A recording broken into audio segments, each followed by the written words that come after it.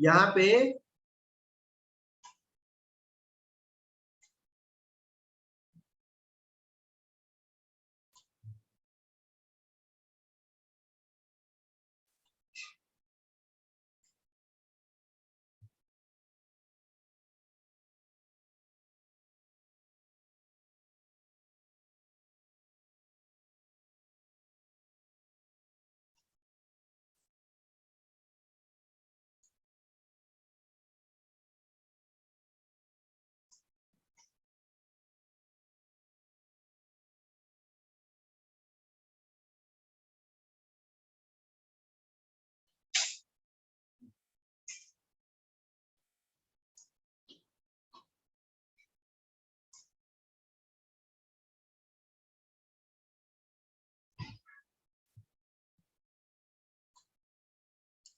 सबसे पहले हम लोगों ने वेंडर बनाने के लिए डिफाइंड अकाउंट ग्रुप बना लिया, ठीक है। सो ये ग्रुप बनाने के बाद इसमें हमने बनाया था कि डोमेस्टिक और इंटरनेशनल जी जो भी अकाउंट ग्रुप है वो बना लिया। बनाने के बाद दूसरा आता है हमारे पास में create number range for the vendor account. तो यहाँ पे जब हम आते हैं तो एसएपी के अंदर इसमें क्या हो रखा है, जहां से आप लोग ऑनलाइन एक्सेस कर रहे हो, या तो जो बनी हुई नंबर रेंज है वो आप अपने कंपनी को कोड में असाइन कर दो, क्योंकि नई नंबर रेंज पूरी भर चुकी है। वहां पर हमने भी आज डिस्कस किया है काफी। जी तो वो आपको एक नई आईडी असाइन करेंगे, सर से बोलिए सर मुझे एक नई आईडी असाइन कर दीजिए, इस आईडी पे हम काम ही नहीं कर पा रहे हैं, क्योंकि ऑलरेडी इसे ठीक नंबर है। रेंज है देखिए पूरी भरी हुई है। अब यहाँ पे अगर हम आते हैं, पहली चीज तो यहाँ पे देखो ए लिखा हुआ है, ये Z Z Z Z A, इस पर आप क्लिक करके इसको आप डिलीट कर लीजिएगा, डिलीट इंटरवल, नहीं तो आगे बनाने नहीं देता है। फिर से देखिए ध्यान से, जहां पर ये एक्स एक्स ए और जेड जेड जेड जेड आता है, इसको आपको रिमूव करना पड़ेगा। ये रिमूव नहीं करोगे तो नंबर रेंज खुलती नहीं है। इसको हम यहाँ से डिलीट इंटरवल कर देंगे। करने के बाद में कंट्रोल एस से इसको पहले सेव कर लेंगे। सेव करने के बाद में देन हम इंटरवल पे आते हैं। अब यहाँ पे सपोज हमने इंटरवल का कोई भी नाम दे दिया, जैसे हमने यहाँ पे नाम दिया y1 सपोज दैट। यहां से आएंगे, यहाँ नंबर पहले चेक करो, अपने आप से आप नंबर मत दीजिए। अगर अपने आप से नंबर यहाँ पे टाइप करेंगे जैसे हमने टाइप किया, नंबर रेंज कभी नहीं बनेगी, क्योंकि आपको पता ही नहीं है अवेलेबिलिटी नंबर रेंज की क्या रही है। उस केस में करना क्या है, इसी लिस्ट पे जाना है, इसको सिलेक्ट करना है। यहाँ से देखो ये नंबर रेंज हमारे पास में अवेलेबल है, तो पहले अपने लिस्ट में देखो क्या नंबर रेंज वहां अवेलेबल दिख रही है शाहरुख? जी सर जी। ये नंबर रेंज वहां पे आपको अवेलेबल दिखती है वहां पे? ये अब चेक करेंगे सर, आपने बताया अभी। हाँ, इसको पहले चेक करिए। अगर ये नंबर रेंज आपको वहां नहीं दिख रही, इसका मतलब पूरी नंबर रेंज भर गई है। उस केस में हम क्या ठीक है। करेंगे वो भी मैं आपको बताता हूं। अब ये नंबर रेंज हमने यहाँ ले ली, अब ये नंबर रेंज देखिए हमारे पास में यहाँ पे आ गई है। तो इसके अंदर क्या करते हैं, हम सारे नंबर ना लेकर के यहाँ स्टार्टिंग में 1 लगा दीजिए आप, ठीक है, और इसको एंटर कर लीजिए। ये देखिए आ गई y1 नीचे, और इसको आप सेव कर लीजिए, सेव हो जाएगी। दूसरी चीज, सर तो 1 क्यों लगाया है? एक्चुअली 2 लेटर देने होते हैं ना, 2 लेटर। ओके। आप 0809112233 मतलब कोई भी नाम दे दीजिए, यूजर डिफाइंड नाम है ना वो। तो 2 लेटर का कोई भी नाम इंटरवल में हम बनाएंगे और इसको फिर अपनी कंपनी में साइन करेंगे। दूसरा काम, जिसके सामने देखिए करंट नंबर 0 दिख रहा है आपको, ये दिख रहा है यहाँ पे 0000, इसका मतलब है इसके जी अंदर बाउचर पोस्ट नहीं हुआ है। इसका मतलब है इसके अंदर बाउचर पोस्ट नहीं हुआ है। आप राइट क्लिक करिए, डिलीट इंटरवल पे जाकर के इसको बंद खत्म कर दीजिए। ये देखिए कि ये भी बना हुआ है, इसको भी जाकर के डिलीट कर दीजिए। जब ये खत्म कर दोगे ना, ऑटोमेटिक आपके पास में नंबर रेंज अवेलेबल हो जाएगी, तब आप जाकर के अपनी नंबर रेंज बना सकते हो। उससे पहले आप नंबर रेंज नहीं बना पाओगे। नंबर 1, ये तो डिलीट करने का प्रोसेस हो गया, इसको भी मैं डिलीट कर देता हूं। डिलीट करने के बाद में इसको आप सेव कर दीजिए, कंट्रोल एस, ये सेव हो गया आपका। अब अगर आप चाहो तो ये जो 04 ये नंबर रेंज किसी ने बनाई हुई है, तो आप अपने अकाउंट ग्रुप में 04 आप असाइन कर सकते हो, कोई दिक्कत नहीं, आपकी यही नंबर रेंज चलने लगेगी। सिर्फ आपको यहाँ पे प्रैक्टिस करके देखनी है कि कैसे नंबर रेंज बनती है। अगर नंबर रेंज पूरे भर गए हैं तो जो बनी हुई नंबर रेंज है उसको आप अपनी कंपनी अकाउंट ग्रुप में असाइन कर लीजिए, या फिर उसको डिलीट कर दीजिए। डिलीट करने के बाद में सेव करिए, फिर अपना इंटरवल नया बना लीजिए। जैसे हमने यहाँ पर G4 नाम का एक इंटरवल है, ये मैं अपनी कंपनी में साइन करता हूं। अभी कैसे करूंगा देखिए, इसको मैं बैक कर लिया, बैक डिफाइंड अकाउंट ग्रुप पे आते हैं, यहां से कोई अकाउंट ग्रुप बना देता हूं मैं, न्यू एंट्री ABC5, यहां हमने लिख दिया डोमेस्टिक वेंडर फॉर ABC5, ठीक है, एंड इसको हमने सेव कर लिया। सेव हो गया। अब 04 की जो नंबर रेंज है किसी और की, मेरी नहीं है, सो यहाँ पे आएंगे हम असाइनमेंट के अंदर, यहाँ पे जाकर के हम उसको असाइन कर देंगे। पोजीशन में गए, ये देखिए किसी मतलब ने, जो पहले से नंबर रेंज दी हुई है हम उसी को सेलेक्ट कर लेंगे। हाँ हाँ हाँ, ये देखिए यहाँ पे किसी ने एक्सेस दे रखी है, तो मैंने तो एक्सेस जो है वहां से डिलीट कर दी है, राइट। तो अब वो क्या कर रहा है, अब वो एरर दे रहा है, क्यों? क्योंकि हमने वहां से डिलीट कर दिया है।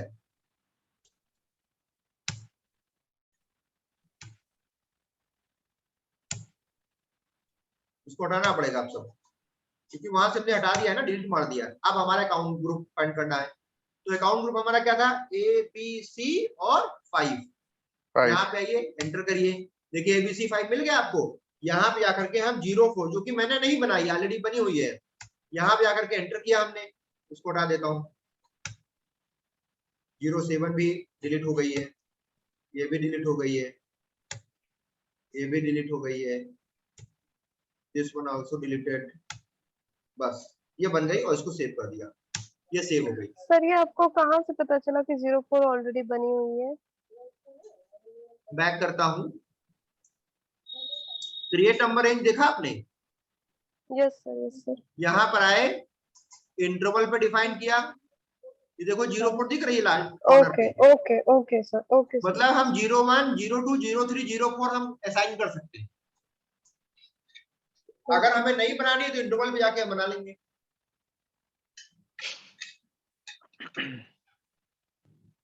समझ में आ गई बात शाहरुख?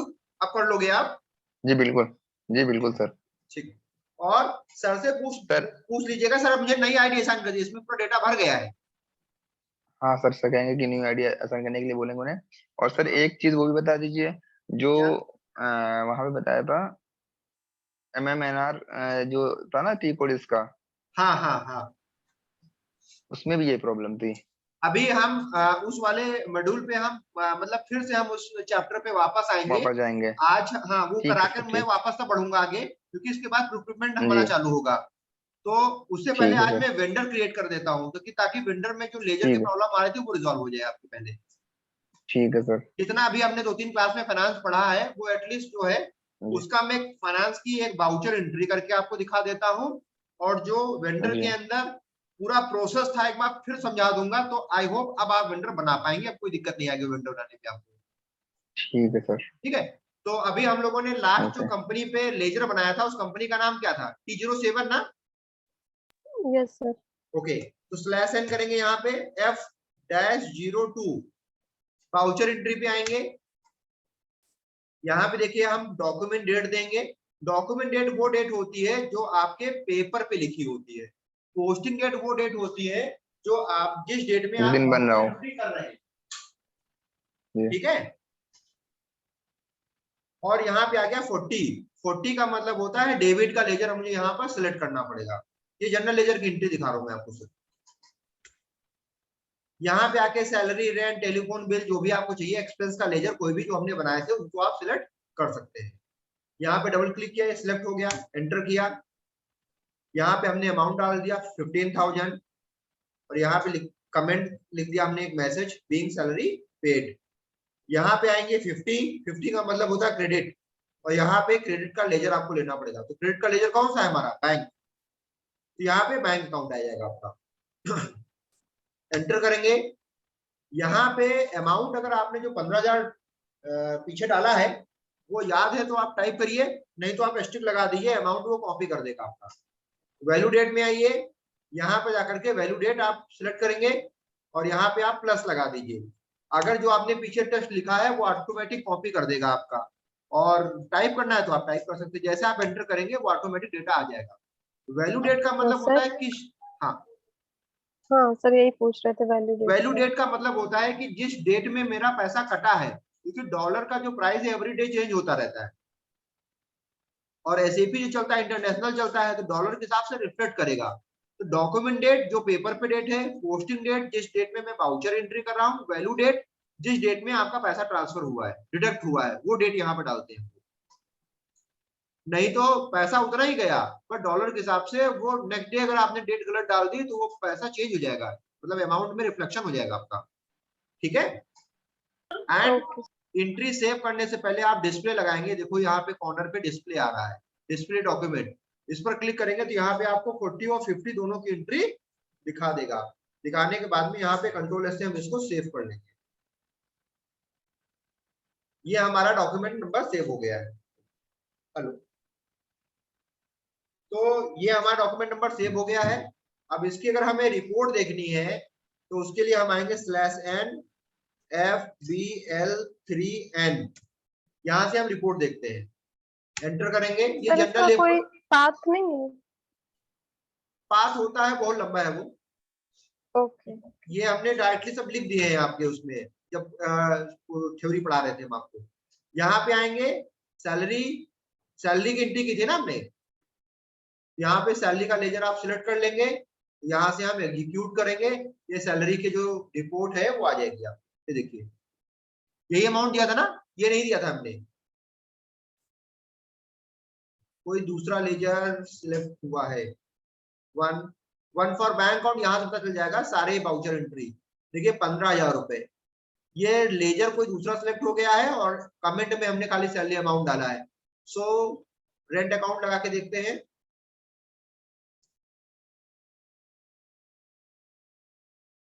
ये था रेंट अकाउंट, ये देखिए 15,000 की एंट्री आ रही है। वो मैसेज गलत टाइप हो गया था वहां पे, और लेजर था हमारा रेंट अकाउंट।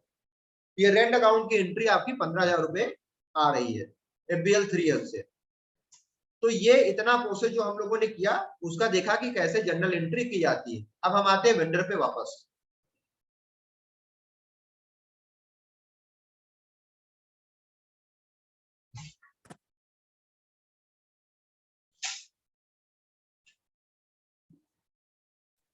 यहाँ पे वेंडर में हमें क्या क्या करना है, वेंडर अकाउंट ग्रुप बनाना है। अभी मैं आपको बता चुका हूँ अकाउंट ग्रुप कहाँ से बनाया जाता है।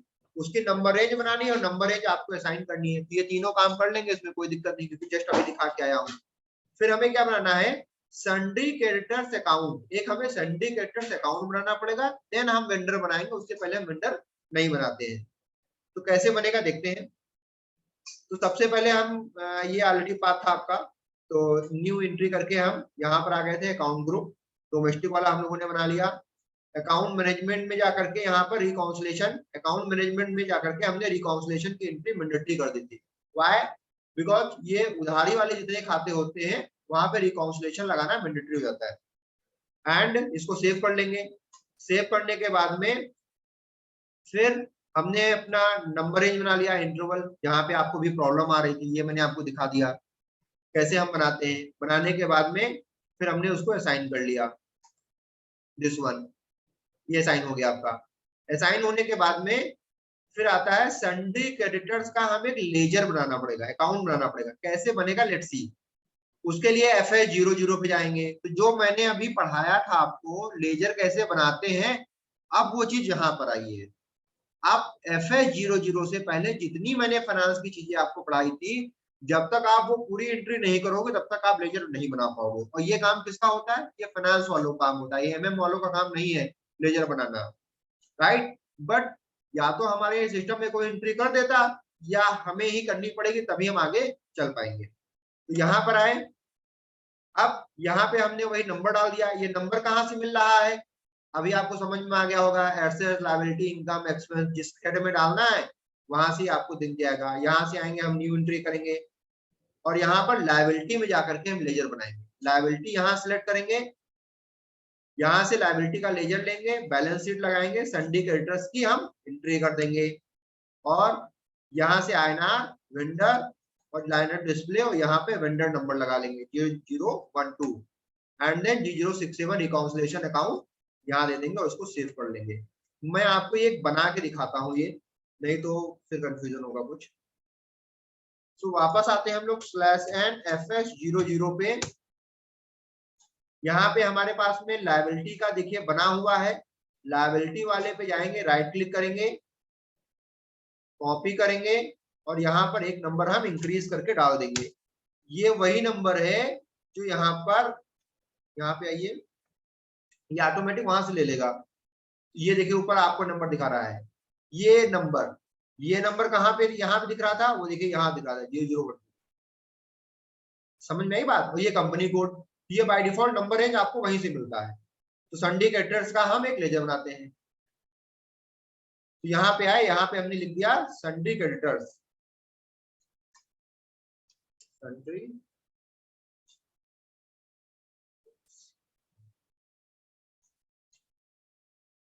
को कॉपी कर लिया एंड पेस्ट। कंट्रोल डेटा पर आएंगे, यहां पर आकर के वेंडर लगाएंगे।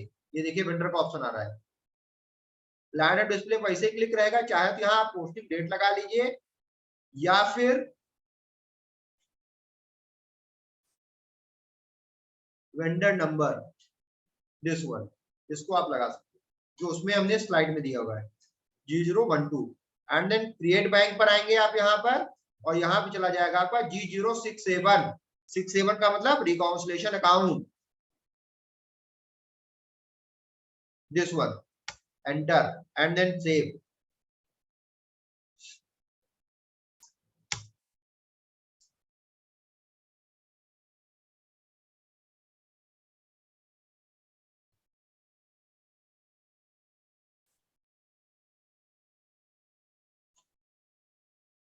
फिर है balance for reconciliation account of only local currency not defined. Okay, कह रहा है कि लायबिलिटी जो आएगी ये टिक हटा दीजिए, इसकी वजह से नहीं ले रहा है, इसको हटा दीजिएगा, कंट्रोल एस, एंड ये बन गया आपका ओनली बैलेंस इन लोकल करेंसी का टिक हटा दीजिएगा, नहीं तो बनाएगा नहीं।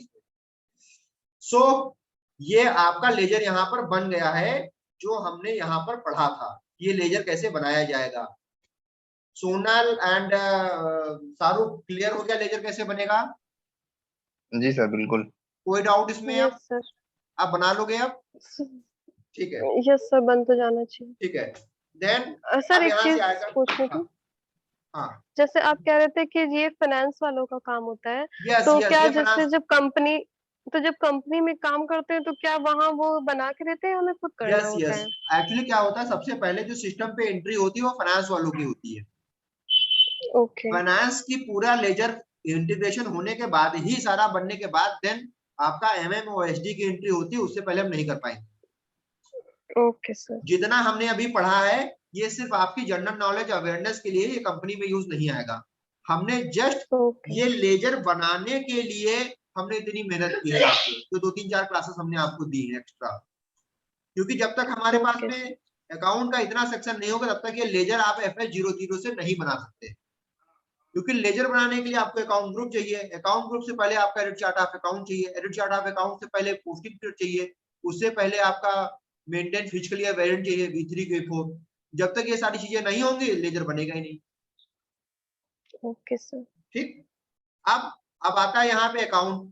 तो अकाउंट वेंडर का अकाउंट बनाने में बहुत इजी है।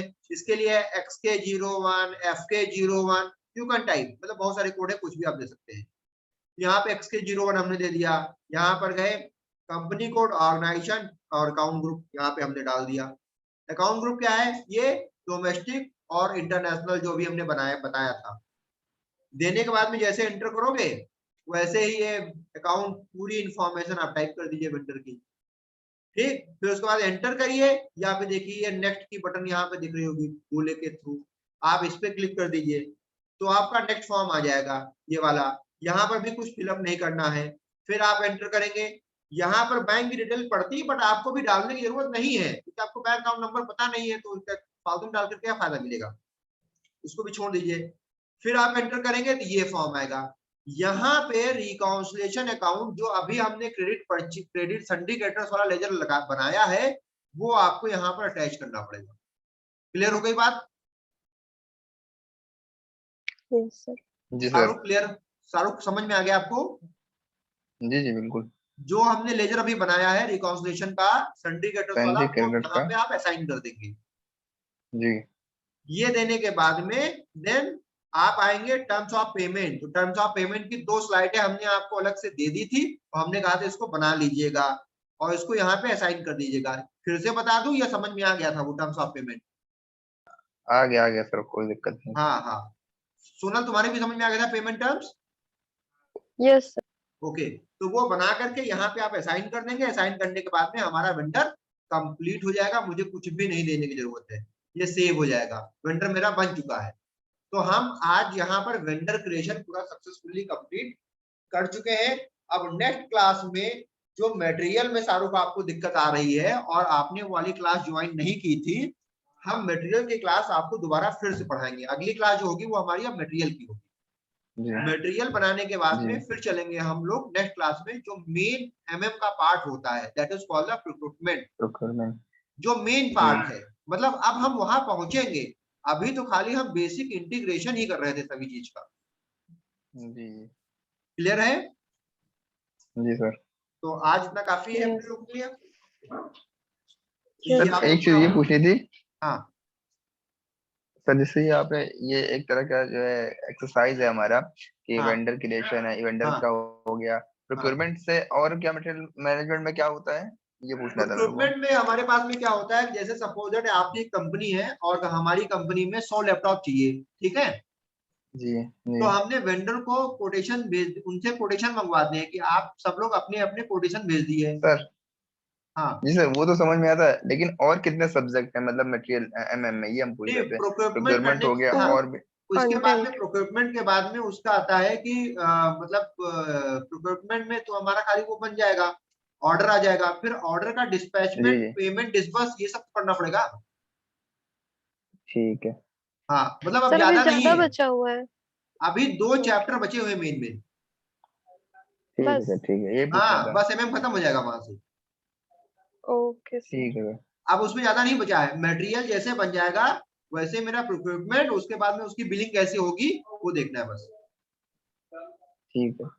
ठीक है, okay. Okay. Thank you sir.